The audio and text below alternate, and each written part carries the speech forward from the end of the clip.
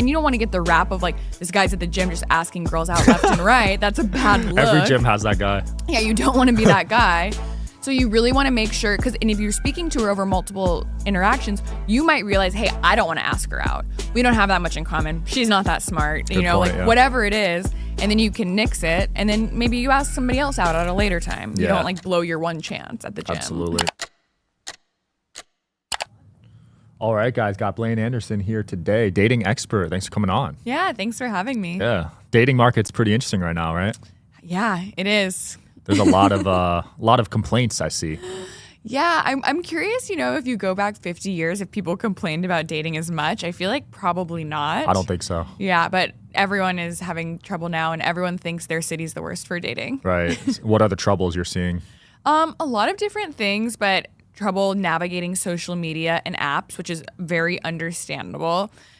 Trouble creating connection and flirting. That's a big one I see from men. Finding somebody that they feel is on their level or that they connect with. I hear that all the time. Yeah. And yeah, there's a lot of things that contribute to that, but those are some of the problems I see frequently. Yeah. Do you think flirting can be acquired, like if you suck at it? Absolutely. It is absolutely a learnable skill. Some people are naturally better at it than others, and some people learned it or practiced it more growing up because of their environment. They had a brother or a dad who was really good at it, but it's absolutely a learnable skill and something you can get better at. Okay. Yeah, some people are really bad, right? Yeah. I just see girls like screenshotting the messages and putting them on blast. And there's different styles of flirting too. Like this one style isn't going to work for every guy. You have to kind of figure out what works for you based on what you're comfortable with, your personality, your strengths. So it's not one size fits all. Right. There's no one pickup line that can work 100% of the time. No. And that's like, so, sometimes people want that. They want like the secret code. What's the cheat code? And that's just not how dating works. Right. Yeah. Because every girl's different, right? Some girls might not like that line. So you got to be adaptable. And the most important thing when you're saying something or using a line is that it's authentic to you. If it doesn't sound like something that is authentic, or you sound like you're reciting a rehearsed line, that's going to be the biggest turnoff of all. Right. So you're way better off skipping a line, being your authentic self, being confident, than trying to have the perfect, funny, witty, charismatic thing to say every time. That's not realistic. Yeah. How intimidated are guys to date you since you're a dating coach? Well, I'm married. But before that? Yeah. Well, I've been a dating coach full time since 2020. When I met my husband, I worked in a different industry. Oh, so, got it. Yeah, he didn't have that aspect to be intimidated by. That's funny. What does he think of what you're doing? He loves it. He loves it? Mm-hmm. He probably had friends struggling with it, so. Yeah, and I mean, I talk to him all the time about it, and a lot of the things that my clients and the guys I work with are struggling with are things he struggled with in his 20s and when he was younger. Yeah, I used to be terrible at it. I think it's like a confidence thing too. Absolutely. I didn't have the best confidence, so translating that into dating, obviously, you're going to get in your own head. Are you dating now? Or are you fiance. We're getting married next year. Congrats. But prior to that, I had no game, no confidence. Where did you meet her? We met on a dating app, so I want to get your opinion on this. Yeah. But because I've actually seen you talk about Tinder, but yeah, we met on Tinder. Oh, wow. Which is pretty rare, I feel like. Yeah, it is. I mean, not rare to meet online, but Tinder, I would say, is one of the lower intent dating apps. It doesn't mean it's impossible, but there are more people looking for hookups, and you could use an app with what I call higher intent, like maybe Bumble or Hinge, where it's more relationship focused. Right. That being said, there's millions of users on all of the apps, so you can find someone who's looking for what you're looking for on any of them. Yeah, and I was on that app before the bots started coming in. So now there's these OF bots, these AI bots. Yeah. And I heard there's a lot of them. Yeah, anywhere online or social media now you have that risk. Like I've seen bots made of me that are using my voice and stuff, which is really scary. Yeah. That's creepy. So they have your voice? Yeah, because I have so many reels out there and so much video online. It still sounds fairly robotic, but I've had people send it to me that someone has DM'd them and it's like a robot version of me being sending a voice note being like, "This is Blaine, dating coach. If you send me money, I will give you advice." I'm like, "No, don't do that. That's not me. No way. I will never send you a DM and a voice note." I mean, eventually they'll be so good where it'll be one-on-one. It's really scary, yeah. And have video too. People have done that with my pod. They've had my guest say all this crazy stuff for their product. And they do this with Rogan's show too. And then they run ads on it. And they're getting tens of millions of views on these fake AI videos. That's so scary. It is really scary. Yeah. So those apps, Bumble. What about Raya? So Raya, I don't have a problem with Raya. I would say from my experience using Raya and even what I see my clients and my friends on Raya, it because it is global, you're oftentimes seeing people all over, not just in your location, which inherently makes it harder to meet up. And then oftentimes the type of people who are on Raya aren't necessarily, it's more exclusive. There's a lot of like celebrities. There's a lot of Instagram influencers there. They don't necessarily need dating apps to date. They're meeting a lot of people without that. They have a lot of people approaching them, asking them out in other places. So they don't necessarily use it as a way to actually go on dates. So even though you might match with people on Raya, the conversion to actually being on a date is much lower than other dating apps in my experience. I could see that. I see it more of like a networking thing. Yeah. To be honest. And people use it for that. Yeah. And just like kind of like seeing who else is there. Right. And now these apps have like a friend option, right? Yeah, Raya does. Oh, they do? Yeah, here just for friends. Okay. I'm going to have to talk to my fiance because I'm always down to network, but yeah. She never liked those apps. Like, yeah. because Tinder has it too and Bumble. Oh, really? Yeah. But it's like, I don't Bumble know. BFF, that's like one to make friends. Oh, yeah. Bumble. Yeah. Bumble's, is it still where the girl has to message first? Or did No, they change now they have changed it a little bit. That's actually a recent update where the girl can put a prompt or a question on her profile, so then the guy can message her first. So, I mean, and that's not surprising, when you think about women want to be approached. If you think about it like evolutionarily, like it is usually the man who is the one physically approaching and doing the initial legwork to get the attention from the woman. So it's not surprising that like, oh, this app that like made the women do the first move realized like, women don't actually want to make the first move, and then made this update so to put the onus back on the guy. Yeah. So do you coach mainly men or women? Yeah, my business is primarily men. I have worked with women in the past, and like a lot of the advice is the same. But even from a business standpoint, when I got started, I knew it was important to pick a lane and pick a segment, and I chose men. Right. I mean, men probably would rather listen to you than another man about dating. You'd be surprised. I get a lot of, like, why would you ask a fish how to fish type comments, and like, girls don't actually know what they want. Like, some men would definitely rather listen to a woman, and like my clients, the men I work with, want to hear from a woman, but there's also a lot of guys out there who for whatever reason aren't comfortable learning from a woman, don't believe women. But those, I'm not trying to convince those people that I'm right, like that's more of an ego thing, I think. Yeah. Probably. How has the red pill movement treated you? Probably terribly, right? I don't pay a lot of attention to it, frankly. It's just like not my sphere. We have differing approaches to dating and what we think makes sense for men and women. Right. But I wouldn't say I'm like overly bullied online that I know of. Maybe I just don't know. Yeah. How much emphasis do you put on the location, like where you meet the woman? So that's very important. Where you are spending time and trying to meet a woman or women generally can determine whether you are successful dating or not. Yeah. If you're trying to meet women in the wrong places, you're not going to get women on dates with you. So where is a good place to meet women is very dependent on the person. Like, whether or not a bar or a club is a good place for you personally. I mean, a woman depends a lot on your personality and what your strengths are. And quite frankly, bars and clubs, in my opinion, aren't great places to meet women if you're looking for a girlfriend. Agreed, because it's loud. You have nothing in common except that you're both at that bar. Alcohol is involved, which makes people act differently, be more inclined to like be rude oftentimes. And if especially a lot of the clients I work with would identify as shy or introverted, or at least in certain settings. So to stand out at a bar like where it's loud, like you said, where there's a lot of other competition and people is really tough. Yeah. What about a gym? So I met my husband at the gym. Oh, yeah? Yeah. So it's definitely possible. And there's definitely people in both camps. I hear people say like, no, it's like a safe space. You can't meet people there. But I actually don't think that's true if you handle it correctly. So the key thing is knowing what to do. The gym absolutely is a safe space for a lot of people. So you need to be able to read the room a little bit. It's what I call a high stigma environment, which means you need to put in more upfront work before you ask her out. You're not just going to approach a woman and ask her out immediately. You need to qualify her first. You need to understand, like, is it believable that she's single? Is she showing interest back in me? That's a very important one. If she like has one headphone out and is like trying to get back to her workout, that's not a good signal that you should ask her out. Right. if she's asking you questions back, if she's talking to you, if she's holding eye contact, then, that could mean green light.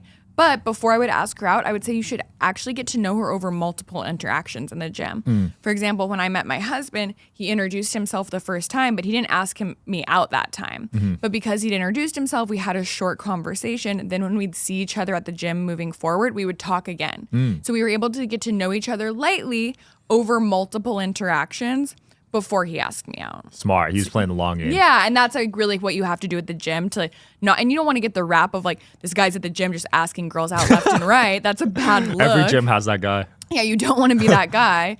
So you really want to make sure, and if you're speaking to her over multiple interactions, you might realize, hey, I don't want to ask her out. We don't have that much in common. She's not that smart, whatever it is. And then you can nix it. And then maybe you ask somebody else out at a later time. You don't blow your one chance at the gym. Absolutely. Yeah, I like to people watch. So I noticed at my gym at Lifetime, girls seem pretty closed off. Because first of all, they're super outnumbered. Second of all, weird guys are looking at them. Yeah. And it's just it's a tough setting, but it worked for you. So. Yeah, I think so we were at a workout class. We were at a Barry's boot camp class, and classes facilitate it better because before class, after class, there's times that make sense to have a conversation. You're standing around, you're waiting for something. You can talk about the class. Have you done this class before? Do you like this instructor? What'd you think of class? There's built-in conversation topics where if you're just cold approaching a random girl at the gym, it's a little tougher. And if you can't do it while she's working out, it's a no-go if she has her headphones in. So it kind of has to be the perfect storm. You're both at the smoothie bar at the same time. You're both at the water fountain at the same time. And that requires a certain amount of luck. Right. Are you seeing an increasing amount of breakups these days compared to the past, you think? No, I wouldn't say an increasing amount of breakups, but I do think people are struggling more to get into relationships initially. And I think part of that is due to just having so many options, this illusion through Instagram and through dating apps and through OnlyFans that you have access to all of these options. And that's not the case. That's honestly an optical illusion. Yes, you in theory can access these people, but creating connections is still very hard. And so people often have the mindset the grass is greener. So they go on a first date and they don't feel the sparks and the fireworks aren't going, then they're like, I have a whole list of these other people on the dating app. I'll just explore one of them, rather than giving somebody a little bit more of a chance to develop that connection and explore a relationship with them first. Yeah, guys call it a roster. Yeah, girls call it a roster too. Oh, girls do too? Who's up on the roster next? Oh, that's funny. I didn't know that. Yeah, I'd be curious what percentage of people are in relationships compared to years prior. Yeah, I don't know how it compares to years prior, but I think it's, if you're looking at dating age women, something like 2/3 of women are already in a relationship, which ties back to needing to be resilient in dating. So we talked about dating apps. I think dating apps are necessary evil. I think they are worth using to get in front of people you might not otherwise meet. But if you are relying on them exclusively for your dating life, you're probably not going to have a thriving dating life. You need to work on offline meetings, offline approaches too, which are harder. So people don't want to do it. But sorry, I lost my turn. Where was I going with that? With meeting offline people? Meetings. Yeah. Dating apps. Yeah. No, I could see that though, because most people rely on dating apps. Yes, exactly. And that's, you can only go so farther, and some people just aren't going to do as well on dating apps as others. Now, I've heard most of the attractive women don't even use dating apps. Is that true? Yeah, a lot of women, or they might use them here and there or for fun, but they're certainly not relying on them. Right. And so guys might see them and they might even match with them, but then it doesn't lead to a date and they get frustrated. Oh, that's what I was saying about approaching. Because so many women are in relationships, guys will approach 3 girls and be like, it's hopeless, no one is interested, everyone's in a relationship. And the reality is that a lot of people are just in relationships, so it's a numbers game. Right. You have to be talking to a lot of women. You have to be approaching a lot of women to find the ones who are single and the ones that are going to be interested in you. Yeah. Wow, I didn't know 66% of women were dating. I think it's around that, That's really high. Yeah, so it's a numbers game. So 2 out of 3 are dating. So or married or in a relationship. Yeah. That's super high, actually. It's higher than I thought. Yeah, so you got to pretty much approach at least 3 girls then, because if you're just putting all your eggs in one basket or 2 baskets, You know, they could be dating someone. And that's why I say, okay, you can put 20% of your effort online, but then 80% of your effort should be spent offline. I love that. And which venues are you recommending people to go to? So it's very specific to the person. You should be spending time in places that you enjoy, that you thrive, that you feel confident, that the type of woman you want to date is going to be at. So I like hobbies, things that you're already doing. Not all hobbies are created equal. Your video game habit is probably not going to lead to you meeting that many women. But hey, if you've always been interested in taking a language course or taking an art class or a writing class or stand-up or yoga teacher training or the gym, like whatever your interests are, lean into those and spend time each and every week investing in them. And you're going to meet like-minded people. And even if that like-minded person, you might meet people through those hobbies. Maybe it's not your girlfriend, but it might be a friend who you now have things in common with, share values with. That friend invites you to a party, and that's where you meet your girlfriend. The whole idea is you want to expand your social circle and community offline to meet people like you who you could have a connection with. What do you think of the wingman strategy? Like going out together? Yeah, like having a guy hype you up or a girl hype you up. Yeah, I mean, having friends is a great way to leverage improving your dating life. If you are constantly having to go out solo, that's going to be tougher than if you're going out with friends. If you have a friend to talk you up, like, you know, case in point, like I said, you meet a friend at one of your hobbies, then you go to a party with them, like they're going to be more inclined to talk you up to like that mutual friend, like, oh yeah, he's a great guy, like he's the man, as opposed to like you showing up someplace by yourself and then you have to do all the work, building the trust, creating the connection. It definitely helps. I know people that have like a gay best friend and then they'll use that guy to like talk to the other gender. Yeah, that's actually a good one. I also love as a place pickleball. I think that's a very, I don't know if it's big in Vegas here. Okay. Yeah. I feel like it's huge in most major cities at this point, and it's very social. Men and women play it. It's not heavily skewed one way or the other. It's easy to learn. All levels can jump in. So I love that as a way to meet more people. Yeah, pickleball is an equalizer sport for sure. What about DMs? Have you ever seen someone slide in and it actually worked? Yes, I've definitely seen it happen. But I would say guys rely on DMs too heavily. Like if you are struggling on the dating apps, then trying to use Instagram as a dating app is probably just going to be more challenging. And it works a lot of the same way. You need to have decent pictures. You need to look good online. You need to be able to send a message that sticks out. And the mistake guys make is like they're DMing these girls who have like 100,000 followers. And it's like, yeah, you and 20 other guys have sent her a DM today. So like, why you? What's standing out about you? And then the other problem is, is she even going to see it? So that's why it's a challenging strategy and definitely not one to rely on. Yeah, I've seen some of these girls' inbox. Oh my gosh. Yeah. Literally 100 DMs a day. It's nuts. Yeah. So like, why? How? I think it's more, what is more realistic is using that as a way to get in touch with like a mutual friend or someone who, you know, isn't an Instagram celebrity, isn't like a random person from the internet, but is someone you actually are 1 or 2 degrees removed from and you have a reasonable reason to reach out to them. That's going to be a much more successful strategy in the DMs. Like I get DMs all the time. I literally wear a wedding ring on each hand. I talk about being married on my platform. And if you just spent 2 minutes like doing a little recon on my profile, you could skip it. But guys don't. They blindly will slide into women's DMs and then it's like, oh, I'm discouraged. And it's like, okay, what, does she even live where you live? Is she even single? And then like, why you? That's not a good strategy.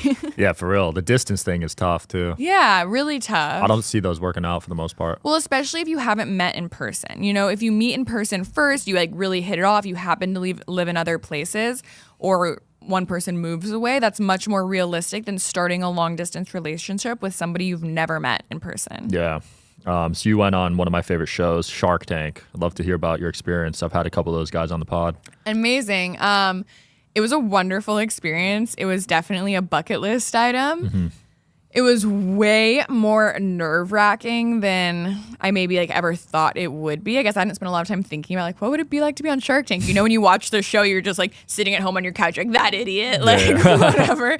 And it was definitely a big moment for me, and I'm really happy I did it. Nice. Were you trying to get one of them specifically? Yeah, Mark Cuban was the one I like really wanted. Same. I would have went for him. Because I feel like he's such an awesome. He is an awesome guy. He is the type of guy a lot of the men I work with want to be like. He's successful. He has a family. He's known as a good guy. He does, philanthropic. So I felt like he would be a good shark for me. And it ended up working out. He made me an offer. Nice. Yeah. Oh, you took it? We didn't end up closing it after the fact. Oh, the DD. Yeah. Yeah, I heard a lot of those deals after. I think it's like, what, 20, 30%? It's a lot. He was wonderful. He was amazing to work with. I just ultimately, what you see on the show is literally what happens on stage. And to actually take an investment from somebody, there's so much more that has to be discussed and figured out and agreed upon. And it ultimately just didn't make sense for us. Yeah. Well, everything happens for a reason, right? Yeah. No, he's wonderful. I don't have a bad thing to say about him. Yeah. Shout out to Mark. I've been trying to get him on the show. If you're watching nice. this, Mark, I know you're going on a run right now. I just saw him on Theo. I saw him on a couple other ones. Nice. Yeah. Yeah, He's going through a lot of awesome. hate right now on Twitter. So Why? politics. Oh. Yeah. I don't even know his politics. Well, he's not into it, but he's talking about he's promoted someone. So yeah, it's a very controversial thing. I'm gonna have to follow up on that after this. Yeah, look into that. He's been getting torched. Who do you think initiates breakup more, men or women? So I'm gonna make a very big generalization here. Hot take. I think relationships that are in their 20s, the woman tends to be the one who breaks up more because she has a higher cost on her time, and she has more options. And then when you get a bit older, like when people are in their 30s, it tends to be the man who initiates the breakup more often. Wow. He's in less of a rush to take that next step, to necessarily get married. There's less of a timeline on biologically when he needs to progress relationships. So he's more willing to end something and start anew. Yeah, because in their 20s, girls want to have kids, right? So they're kind of... Or they're at least thinking about that as a possibility. And women in their 20s are highly desirable. They can date men in their 20s, they can date men in their 30s, they can date men in their 40s and up, or everyone is going to be interested in women in their 20s. They're in their prime. They're in their most, evolutionarily, they're in their most fertile time. Right. So that's going to be, they are in high demand. They are sought after and desired. So they have more options. Yeah, and I see that with some women friends of mine. They're really trying to rush it almost, trying to find a guy to have kids with. But I don't think relationships should be rushed. No, I think they can't. And there's a lot of different types of relationships, and some people meet and get married immediately and have kids and it works out and they're married for 50 years, and other people are together for 10 years before they get married and then get divorced within a year. So I think rushing is less in my mind about exact timing and more about how deeply you're connecting and you're knowing each other and you're talking about the big picture important things. So that's what really needs to happen before taking a next step, is making sure you're aligned on what the future should look like for both of you. And when do you think's the appropriate time to have that conversation? Around being exclusive? Yeah. So I get this question a lot, and there's no right answer for every relationship because every relationship is different. Mm-hmm. I think I see men and women both trying to rush this, and usually the underlying reason is because they want to lock it down. They feel fearful that the person is going to find somebody else. And that is the wrong reason to want to be in an exclusive relationship. I say you should not want to be exclusive with someone until you are aware of their flaws and want to be with them anyway. Because if you're still in the honeymoon phase where you think they're perfect and everything is hunky-dory, then you actually don't know them well enough to want to be exclusive with them. So at the very, very minimum, I would say 4 or 5 dates, but that seems very soon. And I think a more reasonable timeline is a few months of dating, 2 to 3 months of dating. It depends. Obviously, it also depends on how often you're hanging out and seeing each other and having the conversations that should be had before being exclusive. But respectable. So you're not a fan of sex on the first date? Again, I think there are definitely people who had sex on the first date and are happily married. And there's plenty of people who that didn't work out for them. My opinion is that you are better off forming some sort of emotional connection before having the physical connection if you want a long-term relationship with this person. If you're just looking to have fun and you just want to hook up, and both parties are into that, go for it. But if you want things to progress further, or you want to explore that possibility, I recommend getting the emotional connection going first. Sex can be awkward. Sex can be weird, especially the first time. Yeah. So if it's kind of awkward and you don't have an emotional connection yet, it's very easy for either party to be I don't think they're the one. I'm just going to move on. Whereas if you already have an emotional connection, you've built some amount of trust, the sex is more likely to be good, especially for the girl. And then if it is kind of weird or there's like, that awkward moment, it's like, okay, well, I still really like this person. We can like move past that. Right. I agree. And that's where I differ from most guys. I want that emotional connection before I ever do that with someone. Yeah. But there's guys racking up hundreds of bodies. It's like, yeah, I think that's a very different, it's just a different strategy. Yeah. Yeah. I mean, I'm friends with them, but. Yeah, so you nod to somebody off screen. Oh, man. People close to us know who I'm talking about. So a lot of your clients are coming out of a divorce or a long-term relationship.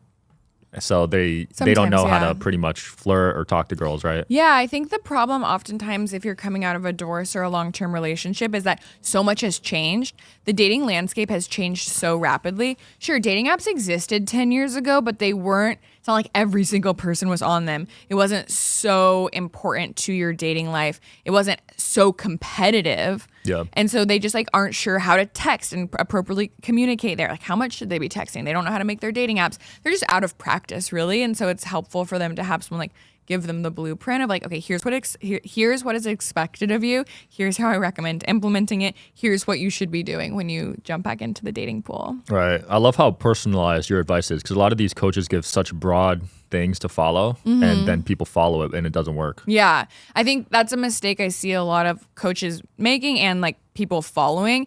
One piece of advice isn't probably going to work for everybody. Even advice I give online, I might say something and people are in the comments like, well, that doesn't work for this type of person. It's like, yeah, that might not be like the system that is going to work for you based on your strengths or based on who you're looking to attract. Right. So dating is personalized and thriving in dating is even more personalized. But there are definitely blanket rules that apply across the board as well. Absolutely. So you're 4 years into coaching now. Any of your clients get married yet? Oh, yeah. Oh, yeah? I've been invited to tons of weddings. I've had baby announcements. Nice. Yeah. So things are moving quick then. Oh, yeah. I think I've had at this point over 5,000 men go through my programs. Wow.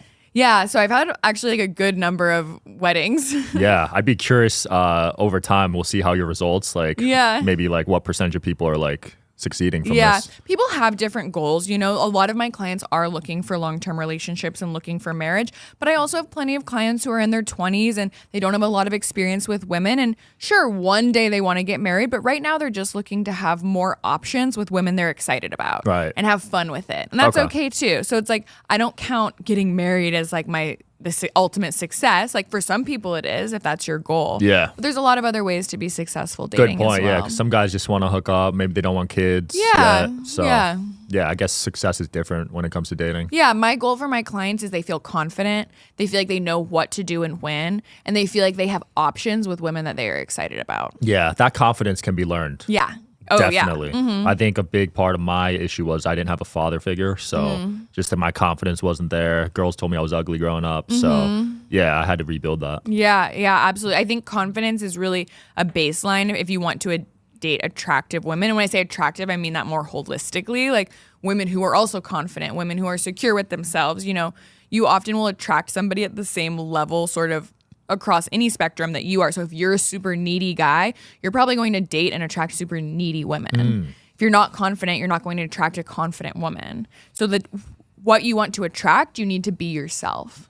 Agreed. Yeah. Because in high school, like there was all sorts of people. There was nerds, there was athletes. And now 10 years later, I see them getting married and stuff. And yeah, there's a person out there for everyone. Yeah. Like, you know what I mean? And I think that's an important call out. Like no matter how niche your interests or even like your sexual desires are, the world is vast. The internet is big. You can find that person. Like no matter what you're into, there is somebody else who is also into that and will be into you if you start doing the right stuff, if you put yourself out there. 100%. Blaine, where can people get lessons from you and keep up with your social media? Yeah, datingbyblaine.com, Dating by Blaine across social media. Get in touch and I would love to help you. Cool. We'll link it below. Guys, if you need help dating, check out the links and we'll see you next time. Peace.